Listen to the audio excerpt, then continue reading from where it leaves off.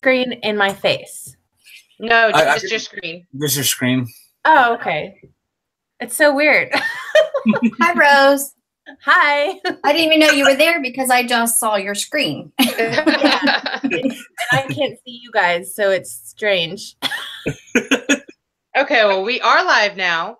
Okay. So I'm going to go ahead and just say that today that we have Rose Taylor doing, showing us a little bit about taxes and bookkeeping for our eBay business. And if you guys think you're going to have any kind of background noise, if you would go ahead and mute yourselves. Otherwise, you can just keep yourself unmuted because it's going to, if there's background noise, it's going to go back and forth from her screen to whoever's noise is going on. So with that, I'll go ahead and give the floor to Rose. Okay, thank you. I guess before we get started, I'll just tell you a little bit about me. I am an enrolled agent, and what that means is I'm a federally authorized tax practitioner, empowered by the U.S. Department of Treasury, so I can represent taxpayers at all levels of the IRS. I've been doing accounting for probably like maybe almost 15 years now, and I also sell on eBay, Amazon, and most recently Etsy. So I thought before we got into it, I would approach some questions that I hear come up a lot on like the Facebook groups and Instagram. And so a lot of times people say, well, do I need to claim my eBay sales on my taxes? And the answer is yes. If your net earnings are from self-employment are $400 or more, you are required to file Schedule C on your personal tax return. Some people, say, well, it's a hobby income, and that's fine. But once, the IRS looks for things that when you're treating it more like a business, like if you're actually going out there sourcing, looking for items that you're trying to make money on, that at one point or at a certain point, the IRS is going to say, well, that's a business and you need to file your Schedule C and pay self-employment tax on those earnings. The other thing with a hobby income is you can only deduct your expenses up to the amount of income. I'm also like trying to keep this, simplified. I'm not trying to go into a lot of detail. I don't want to bore you guys. So just, keeping it real high level. The other question I see a lot in some forums are, do I need to pay taxes quarterly? And that all depends on your individual tax situation. No one online is going to know that answer for you unless they know the whole picture of your, your personal taxes. Some of us may have maybe a spouse that works as an employee and they have taxes withheld from their pay. Well, they might have enough withholding that will cover any self-employment tax you may have. So everything just depends on your individual situation. The goal always is to pay enough tax in so you don't get a penalty, if that makes sense. And that's definitely something that, an accountant can help you with, or a CPA or somebody like that. They can take a look at your prior year's tax return and see kind of what your tax liability was at, and then maybe look at what your potential income is going to be for the year and see if they would recommend paying in some quarterly taxes. Okay. Okay, so income. This is going to be the top line on your Schedule C. This is all gross income. If you charge shipping, that needs to be included in your income. If you charge handling, that's included in all your income as well. If you get PayPal does issue a 1099-K if your sales are over 20,000 and over 200 separate transactions. The IRS also gets a copy of this, so they'll be looking to match that to your Schedule C. And just because you may not get a 1099-K does not mean you don't claim any income. That goes back to the net earnings of $400 or more. Okay, now deductions, my favorite part. Ask yourself, is it ordinary and necessary? So, what one deduction for one business will not apply to another business. So like a good example is I had a client the other week that his small business was a professional Santa. And I explained to him that I would deduct his haircuts and his beard oil and all that as a business expense. Well, haircuts and beard oil is not going to be deductible for our eBay business.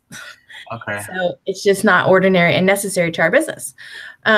So we could take, the standards, all of our fees, packaging, shipping, office supplies, travel, computer expenses, contract labor. If you have a virtual assistant or you have, friends or whoever you pay to help you, if you are going to be deducting that labor as an expense and you pay them more than $600, you are also required to give them a 1099. Cell phone, we use our cell phones all the time. You can deduct what your business use of that. I would say at least 75% we use for, especially if you're out there using it when we're sourcing. You may use it to take photos. So it's definitely a business deduction.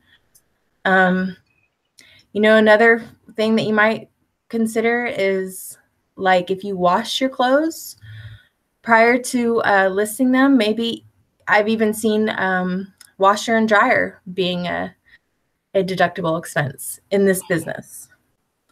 Another deduction that's often overlooked is the health insurance. If you're not eligible to participate in maybe your spouse's employer-sponsored health coverage, your premiums that you pay are 100% deductible as self-employed. I did not know that. And favorite deduction is mileage. You can take actual expenses or the mileage deduction. So actual would be your fuel, your oil changes, car tags, all that stuff. Or you could take the mileage, which is the rate that the IRS sets every year. Generally, mileage is always going to be more favorable.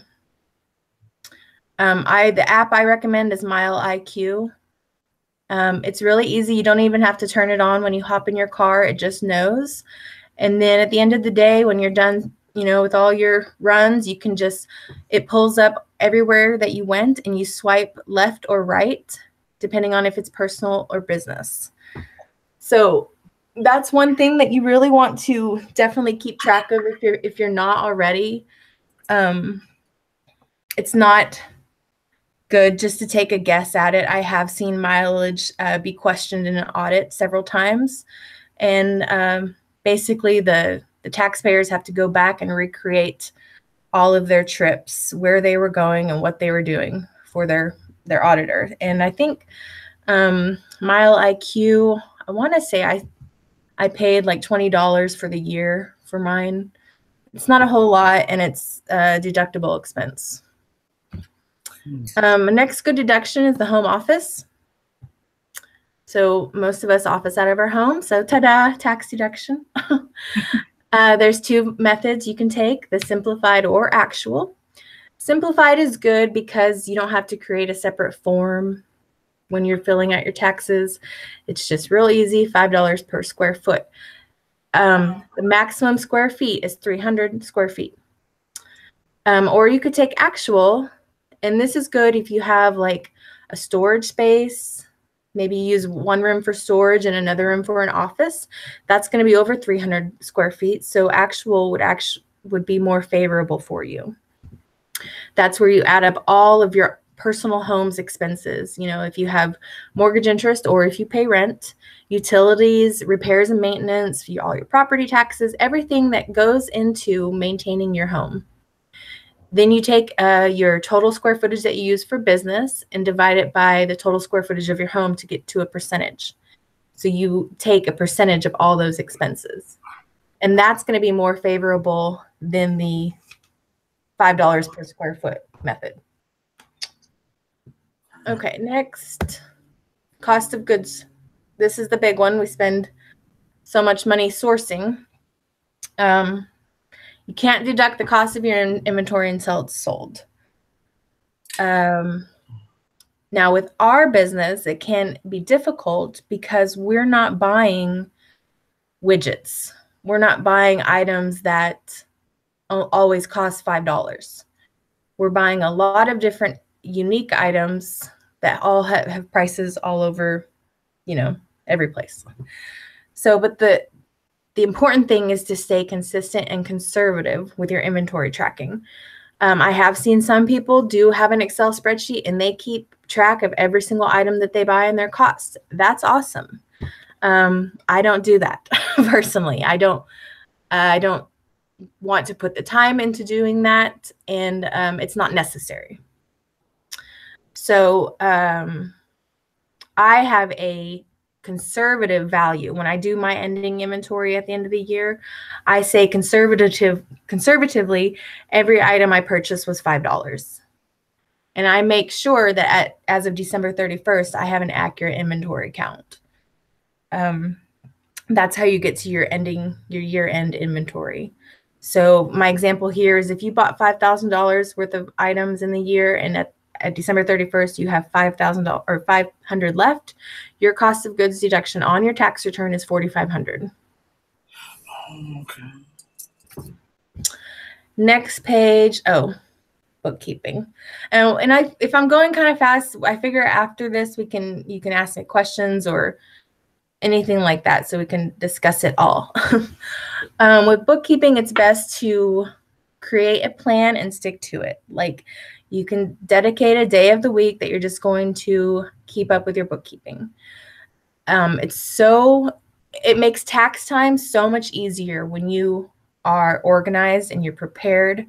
Your accountant will thank you. No CPA or accountant wants to get handed a shoebox of receipts. I can tell you that. It also helps you manage your business better when you know exactly what you have going on a monthly basis or a weekly basis. The other thing here is I create expense categories that help you manage your business.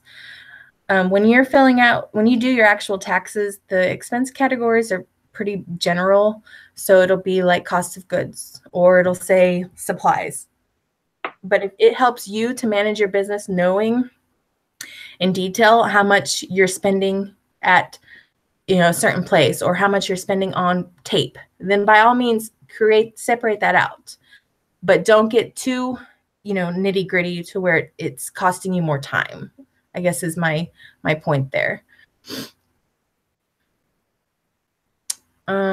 Several options are out there for bookkeeping. A simple Excel spreadsheet is great. If you just update that on a weekly basis with your eBay sales and your fees and all that, the trick to that is just maintaining it on a monthly basis or weekly basis. QuickBooks Online, I know a lot of people use that. GoDaddy bookkeeping, that's what I'm using currently, and I do like it because it syncs seamlessly with PayPal, with Etsy, with Amazon. So it's been a big help for me for this tax year with having all that done seamlessly. I know there's plenty more out there, but if you're just getting started with eBay, an Excel spreadsheet is great. Okay, record keeping. You need to keep your receipts for a minimum of 3 years. That's the general audit window is 3 years. If there's a substantial error to your tax return and they flag it for audit, they can go back more years. They can go back further than the 3 years. So you'll obviously want to keep proof of all deductions. You can keep the actual paper copies or electronic. I personally don't like paper receipts, so I keep all mine electronically. I use Apple Cloud, and then I just upload. I take a picture of my receipt after it's entered in GoDaddy, and then I upload it to the cloud. And then I put, lots of options for scanning receipts. I know there's a ton out there. I'm currently using Scanner Pro. It's free. I like it. It works good. For audits, credit card and bank statements are not substantial proof. They want to see actual receipts if they're questioning any of your deductions. One tax strategy that I recommend to a lot of clients is if you're netting about $30,000, that's your income after all expenses, everything's said and done, you have about $30,000. I highly recommend an S Corp. The biggest benefit there is you save on your self-employment tax. So right now, like if you just have an LLC set up or a sole proprietor, you're filing that on your personal tax return, and that's subject to the 15.3% self-employment tax. With an S Corp, essentially the S Corp can pay half of that tax and deduct it. So you really save half of that self-employment tax. But of course, there's more forms and tax prep fees, and you have to file quarterly payroll reports. But at about $30,000 is where I've really seen it be helpful to taxpayers. Let's see. Oh yeah, the deadline to make that election was the 15th, this a couple days ago. But you can always file a late election and basically ask the IRS to forgive you. Okay, what's new for 2018? Yeah, so Trump's tax reform, Tax Cuts and Jobs Acts has a lot of changes that are affecting individual taxpayers. But the one I wanted to mention that will affect, eBay sellers and us as a small business is the Section 199 qualified business income deduction. And that means that credit is giving you an additional 20% off of your net business income. So if you net $20,000, you'll get an additional $4,000 deduction. Let's see, there is rules, of course, with that and income thresholds, but generally, that's going to be helpful for at least, they estimate at least 80% of small business taxpayers. So I am looking forward to that one for 2018. I think that's, oh yeah, I do office out of Fleming Tax in South Oklahoma City. So if anyone wants to contact me or email me, I would be happy to give you some guidance. And that is it. That seemed really fast. Was that fast? That was good. That was good. I figured we could discuss it now if you have questions. That was very informative. That answered so many of my questions. Good. I'm glad to hear that. Can you guys see me now or no? No. Okay. We see you seeing us, but we don't see you. Oh. There we go. There you go. Yeah. So if you have, I don't know. I didn't think it would go that fast, but I hope I didn't forget to mention anything. But I wanted to keep it real high level and not get into the nitty gritty, because I know when I try to explain it to people sometimes in my office, their eyes start to glaze over, and I know I've said too much. I've got a quick question. Mm-hmm. So after having heard what you said and realizing how bad I've really messed up, as far as it's not uncommon. I was depending on, what was it? I said that's not uncommon. I mean, it's okay. Okay, so I was really depending on my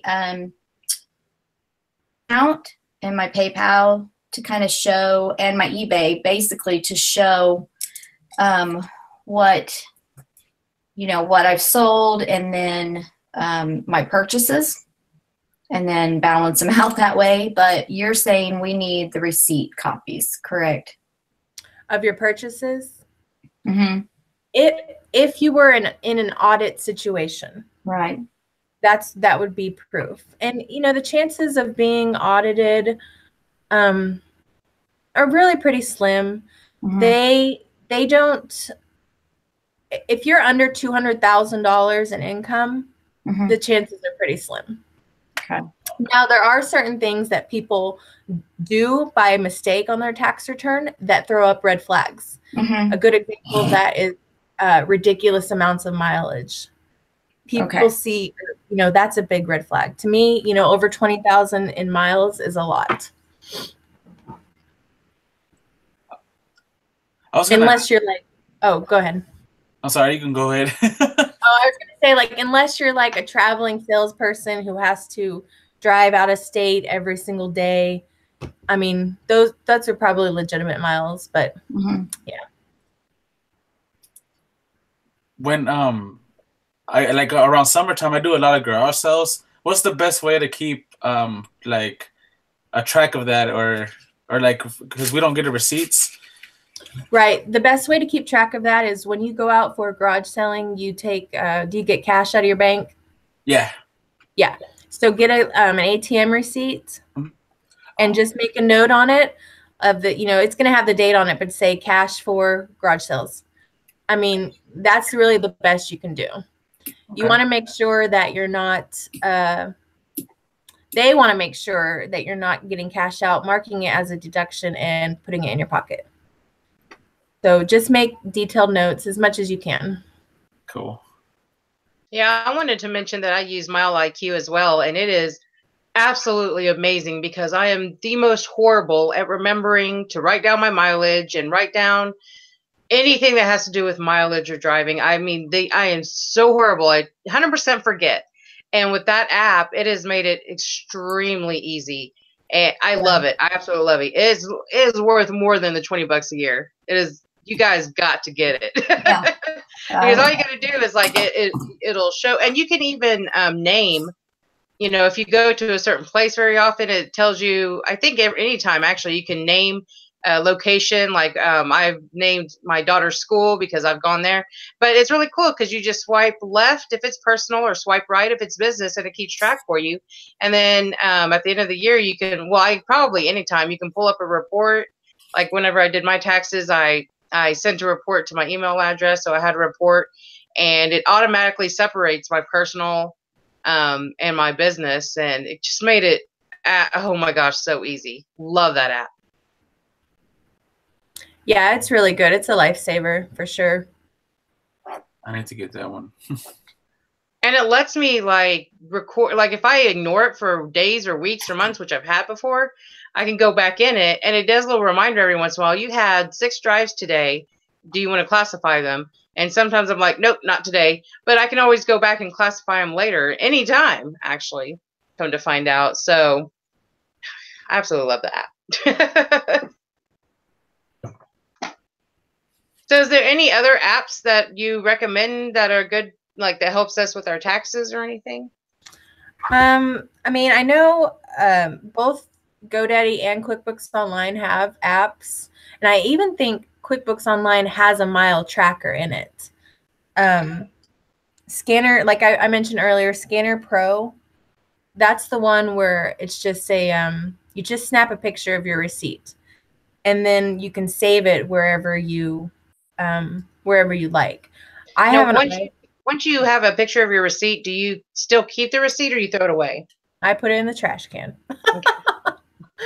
Once I record it, like my system is okay. Like I'm guilty of getting a week's full of receipts in my wallet.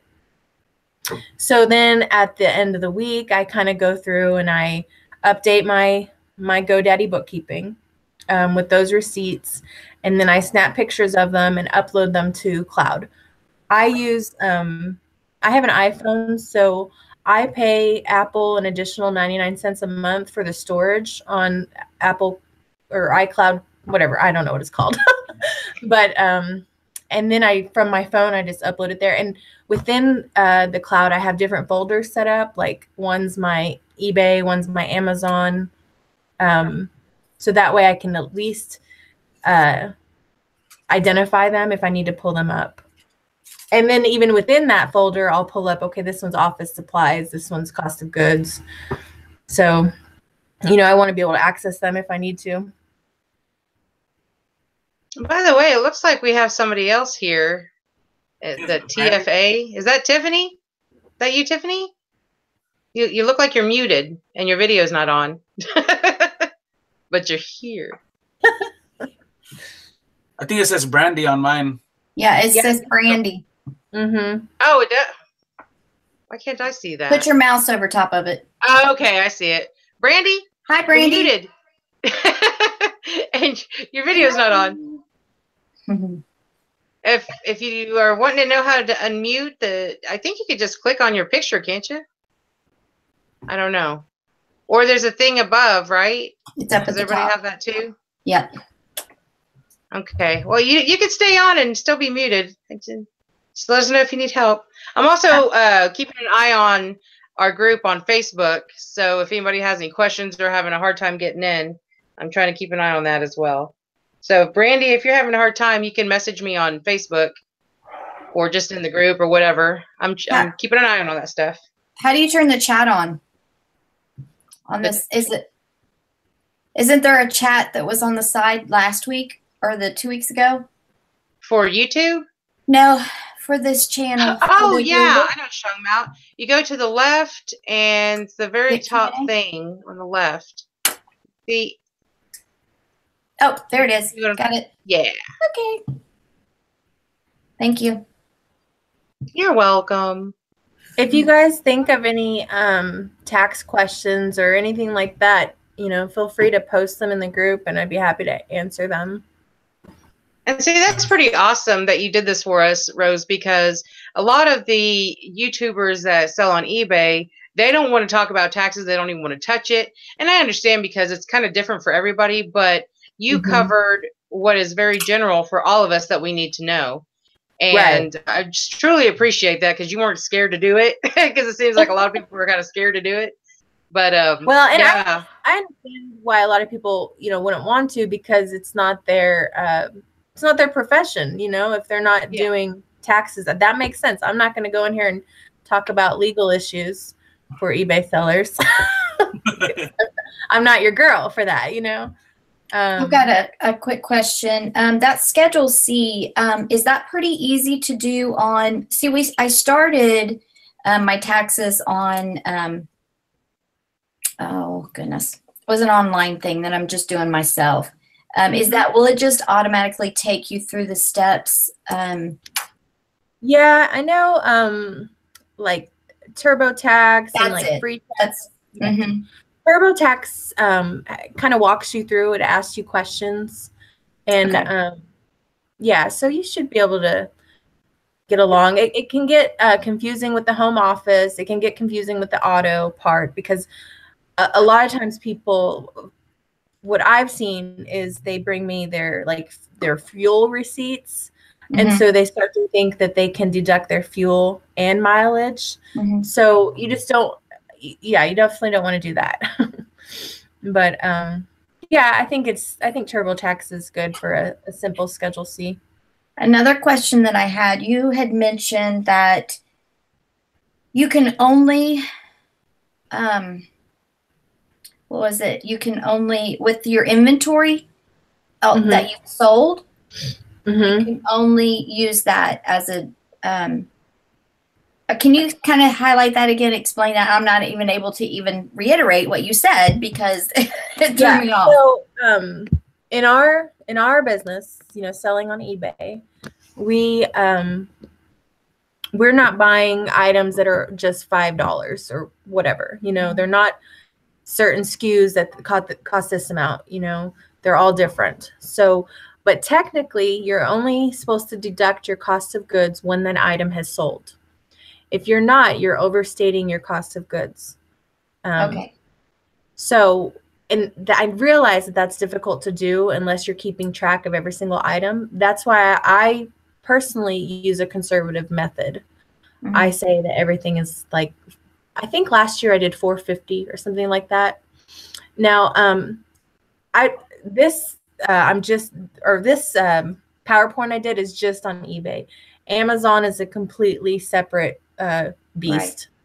But if you have a few items that you spent $100 on or whatever, I would include those. But generally, if you have just clothing, just pick your conservative price and stick with it. Okay. And so do you like on when you're being conservative on your price, do you just put like you're going to Goodwill, or do you go to, oh, this is garage sales, this is from Salvation Army, or Well, for bookkeeping, I like to know which vendors I'm using. Yeah. Okay. So that's more for bookkeeping. Yeah. So I will keep track of Salvation Army and Goodwill because I want to know how much I spent at each one. And that's just really for me out of curiosity. For garage sales, like yesterday I went garage selling and I took out $40 cash. Okay. So my vendor then was cash. That's all it was. And I put a little note there that was like garage sales. And yesterday I happened to spend all of that $40. I didn't keep anything out of it. So yeah, you just keep track of the vendors. And was that your question? Yeah. So on the taxes, you don't really have to put that on the taxes, right? Then that's just for your personal.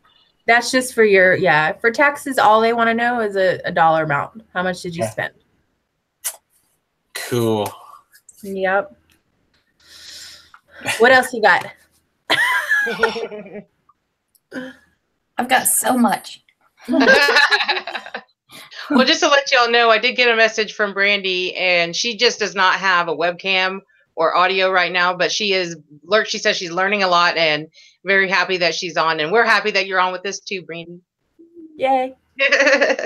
I met a lady at Salvation Army today and told her about our group, and she went right in and added to the group. So I saw that. You probably, I don't know if you added her in or not, but yeah, it was pretty cool.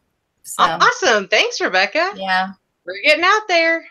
I did want to talk briefly about sales tax because I know it had been brought up in our group a couple times. So right now, if you, technically speaking, this is all technically, if you're selling, in Oklahoma, you should be paying sales tax on that. And that is state tax and then the county tax. Now it's difficult, and like even some of the software or like QuickBooks or GoDaddy, they don't really help calculate that part because it's the county of where it's being delivered. So for me personally, since I live in Cleveland County, I just do Oklahoma State and Cleveland County. That's it. GoDaddy does tell me what states I'm selling to, so that's helpful. If you go to the Oklahoma Tax Commission and apply for a sales tax permit, that will get you, it should get you, the tax exempt status when you're shopping. So, and then is that a tax ID number? Is that what you're talking about? No, that's your EIN number. I'm talking about the resale permit from Oklahoma Tax Commission. Let me just see if you have to pay for that? It's a sales tax permit. Does that cost anything to get that? I think they wanted to know or see your, it does cost something. And mine, let's see, it lasts for 3 years. Wow. I think they wanted to see my certificate of LLC with the Secretary of State, which that setting up, I think, costs $125. Now, with the sales tax, when you're selling out of state, that is called use tax. And technically, everyone is supposed to be paying use tax when you buy stuff online and you're not paying sales tax. But that's on them. Okay. Can you tell me the benefit of an EIN number? I got a business phone last year, and my daughter signed me up for an EIN, the tax ID number. So outside of having the business phone, is that needful for my eBay business? No, there's absolutely, you don't have to have an EIN number to conduct business. Okay. When you go into business, there's 4 different ways that you can be in business. There's a sole proprietor, which is just you. There's a partnership, which is, you and other people. There's the S Corp, which I talked about earlier. And then there's the C Corp. So a sole proprietor is just, it's very simply you making money that's subject to self-employment tax. And that's going to be your Schedule C. And you don't have to have an EIN number for that at all. People get into EIN numbers when they set up LLCs, which you can still set up an LLC and be a sole proprietor. You know, some people set up the LLCs for legal purposes, for to secure that name. Maybe you don't want anyone else to have that name. You know, those are all options. But no, there's no, you don't have to have an EIN number to do business. Is there any extra benefits to having one? Well, you can, for me personally, I did it because I wanted to get some wholesale accounts. And Yeah. that's required, you know, and that's otherwise I wouldn't have done it. No. So if you sign up for the resale permit, does that eliminate you from having to pay sales tax? You can say at a thrift store that you are tax exempt. Now they won't always, you know, be okay with that, or, you know, but yeah, but then on the other hand, Oklahoma Tax Commission is going to be looking for monthly sales tax reports from you on your sales in Oklahoma. Okay. And if you don't have any Oklahoma sales, you still have to file that sales tax report. Yeah, they get very upset if it's late. And that's when you have the sales tax permit, right? Mm-hmm. Okay. So as far as the sales tax, the Oklahoma sales tax and the county tax, will that also be on TurboTax? Will that come out of my, because I have a full-time job that I work that I get paid a regular check from. And I actually took more out on my federal each pay period out of that, hoping that, you know, it would balance out to help with my eBay business. But yeah, that's a good strategy. I mean, I would always recommend that if you have employment elsewhere, just withhold a little more so you don't have to pay in those quarterly taxes.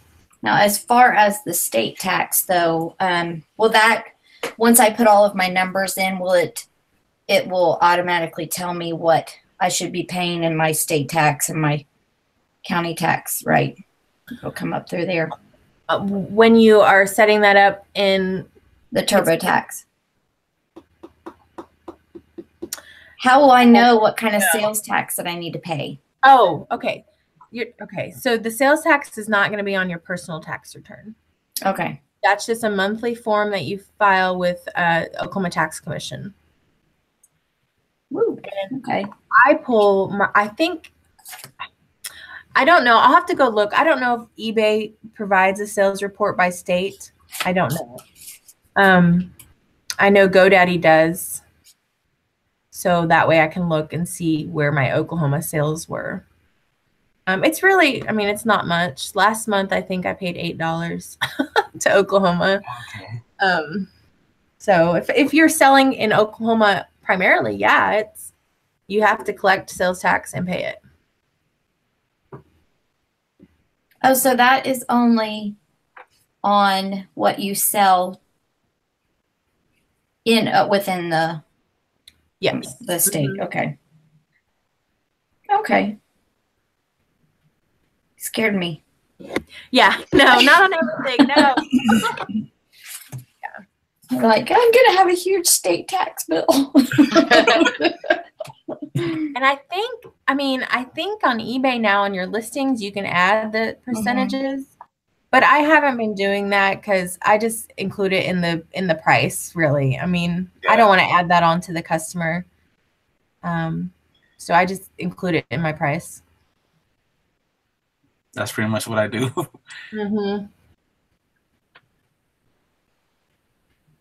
Very interesting. I wish my husband was in here because I'm sure he has questions too. For sure. My wife's gonna watch this video. She's like, yeah, I'm gonna have him watch it too for sure. Well, good. I'm happy to help. And I like one of the things I really like about, accounting and taxes is I get to see so many different types of businesses there are out there. And, accounting tax is not always black and white. There's a lot of gray in there. And it's all about how, conservative or aggressive your accountant is. So there's definitely a lot of gray in there, a lot of room for interpretation. But with all my clients, my goal is to always have them pay the lowest legal limit of taxes. I have a question for you. When I was doing my taxes, I was getting a refund back. And I was using TurboTax, so at the top it would show me as I was going how much my refund would be from the state and federal. When I added a deductible for my house, my refund went lower. Now, why would that happen? What kind of deduction for your house? Like the square footage thing you were talking about? Oh. So you probably went to a method of the home office deduction, maybe? Yeah. What? So you put in the square footage of your home office, but did you also put in all the other stuff too? Like No. the actual expenses, or did you just take the simplified, like $5 per square? Okay. Yeah. I mean, I don't know. It's hard to say without Okay. what's going on. I didn't know if there was something general that was. So I ended up not taking the deduction. Is that okay too? That's fine. Okay. You might have been. You can't take that deduction if you're already at a like break even or a loss. So okay. Maybe that's why. Maybe. Okay. Mm-hmm. Is it, I've heard in the past, I don't know where I heard it from, but that the IRS is okay for a business to be at a loss for 3 years or something like that. And then after that, there's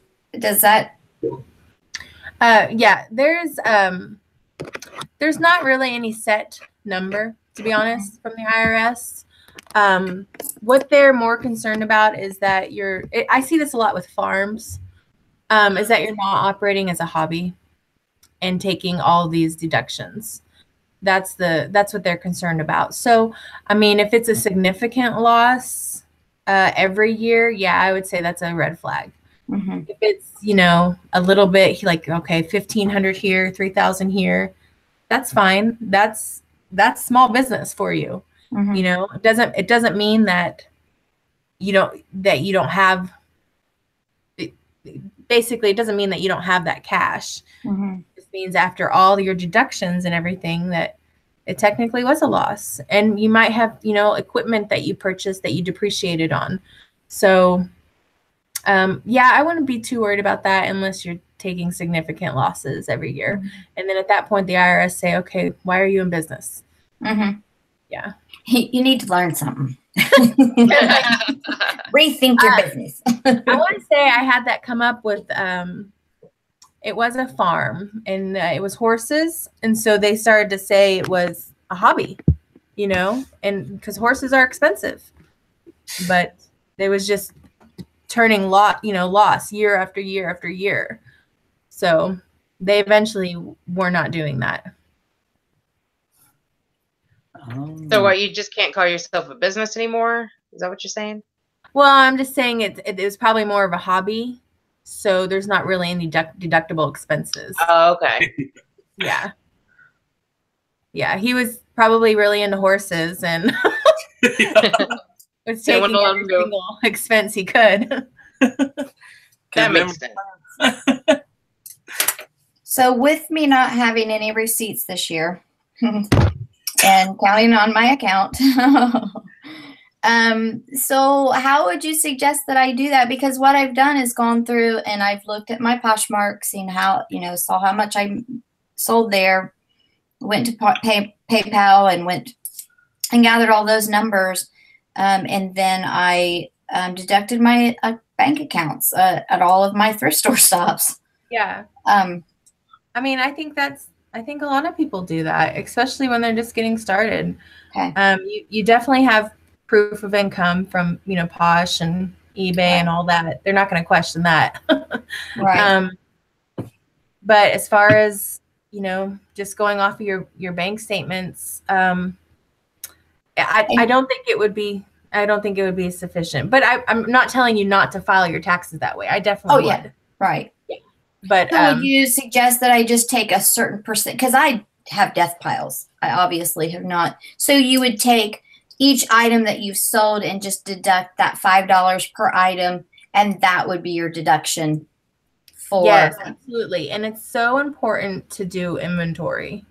I know. Oh, I know. I don't want to. I just want to sell it on a yard sale. I didn't want to either, but using the custom SKU in eBay has it just makes it so much easier too.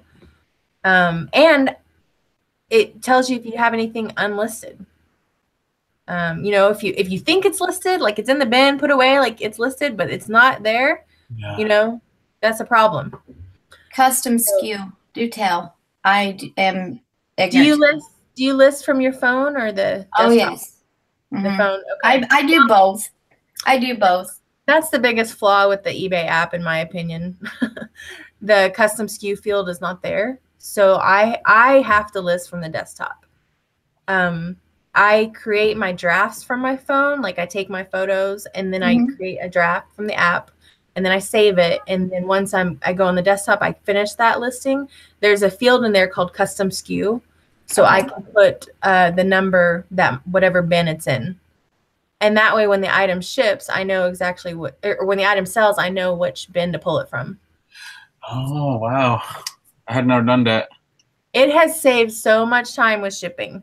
Like, it's crazy. There's no more searching for anything that's lost or anything. It's just, I can't believe, I've been doing it for probably about a year now, the custom SKU. But before I just had it, okay, I knew like shoes were like in this closet. Yeah, that's what I got right now. Yeah. I would say it was wasting too much time. You know what? Last year when I used the custom SKU, whenever I sold something, I couldn't find that field to know where my item was. Maybe it's changed, but where do you see it after it's sold? Well, okay, you can't see it on your app. So when you're in the I could screen share with you guys. I think. Yeah, let me see it. You have to do a custom view, and then once you save that, then it's saved forever. Oh, okay. Let me see. So, like when you're looking at your listings, you customize that view there, or what? Or in your hub? Can you see me right now or no? I can see you. Okay. Okay, I'm going to do a screen share again. Okay. All right. So you guys see yourself. There you go. Okay, so here's my waiting shipment.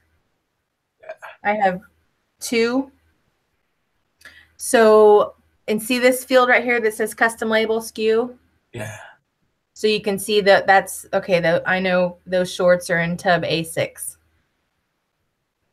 Oh, okay. I've seen that before. Okay, so if you go over here to customize, that's where you can see what all fields you see. Okay. So sweet. Just click this custom label, and then you can sort it of where you want it to show up. This is going to save me so much more time. So when I have, like on Sunday, for example, when I have a whole bunch of things to ship, I pull up this page, and then I just print it. And I take it out in my garage with me. That's nice. Yeah, that way there's no, I just know where to go. That's cool. So thank you so much. I was going to ask you by having a count of your inventory, do you only have does that mean the stuff that's not listed and listed? Yes, because the stuff that's not listed, you've already paid for. Okay. Right? Yeah. And you don't want to keep that, you don't want to mark that as an expense. So Cool. you need to have your stuff that's listed, that's not sold, and the stuff that's unlisted. Okay. But about the inventory, about the stuff like you said that is put away, I've done it, and like it's like, oh damn, it's not even there no more. Yeah. Yeah, I've noticed that a lot of times. So Now, Yeah, you that said kind of that actually happened to me today because I had some shirts that I was going to sell over through Facebook. And so I had quite a bit of them. Well, they wanted this one shirt. I had other ones that looked like it. So I was just going to take them all and see if they wanted to buy them. And so I put them all in my IKEA bag and then put them in my trunk. Well, I kept the person, I don't know, we just never ended up meeting. So I brought the IKEA bag in my house and I set it in a certain place. And then today I sold 3 of those shirts and I'm looking all over the place. I'm like, what did I do with those shirts? I know they can't be anywhere but here. And then I figured out, oh, they're in my IKEA bag still. I hadn't taken them out. Gotta stop doing that. Now, you said that would tell you that it's listed or not listed. Yeah. So when I went to that report, that was just my my awaiting shipment. Right. But there's also, you can also pull up active, and it looks the same way with your. Right. You can select to have your SKU in there. So then I can print off my active listings, and it's like, maybe it's several pages long, depending on how many you have. But I just went through there. I started like on maybe December, like late December. I'll start on it. I'll print off all my active listings, and then as if they sell, from late December before December 31st, I'll mark them off because I know they sold. Right. But so that way I have time to go through my bins, and it takes time, but it's worth it. Now I know for a fact that my ending inventory is accurate and that everything I have listed on eBay, I do have in my possession. That's good. yeah. And given Well, it is 3 o'clock, and wanted to just ask if anybody had any further questions before we get off here. I have a million more. Can we go until 4? No, I'm just kidding. I'm kidding. That's great. You can also talk in the group. You can post them in the group too, and I'll I'm in that group. I'm active in it. I respond. Yeah, that's good. Thank you. Thank you, Rose. Appreciate it. Yes, thank you so much, Rose. You have given us so much information. And the way you generalized it was just, I don't know. It's not to kiss butt or anything, but it was perfect. No, I was concerned if it was too general, but I was like, no, because it's boring. We've got to have this knowledge. It can be very boring. To take our business seriously, we got to know this. Yeah. So. Well, thank you. I really, really appreciate it. Happy St. Patrick's Day to everybody, by the way. Yes. And happy birthday. My favorite holiday. Happy birthday, Lisa. Oh, thanks. Bye, guys. All right. Well, we'll see you guys later. Thank you again. Bye. Bye. Bye.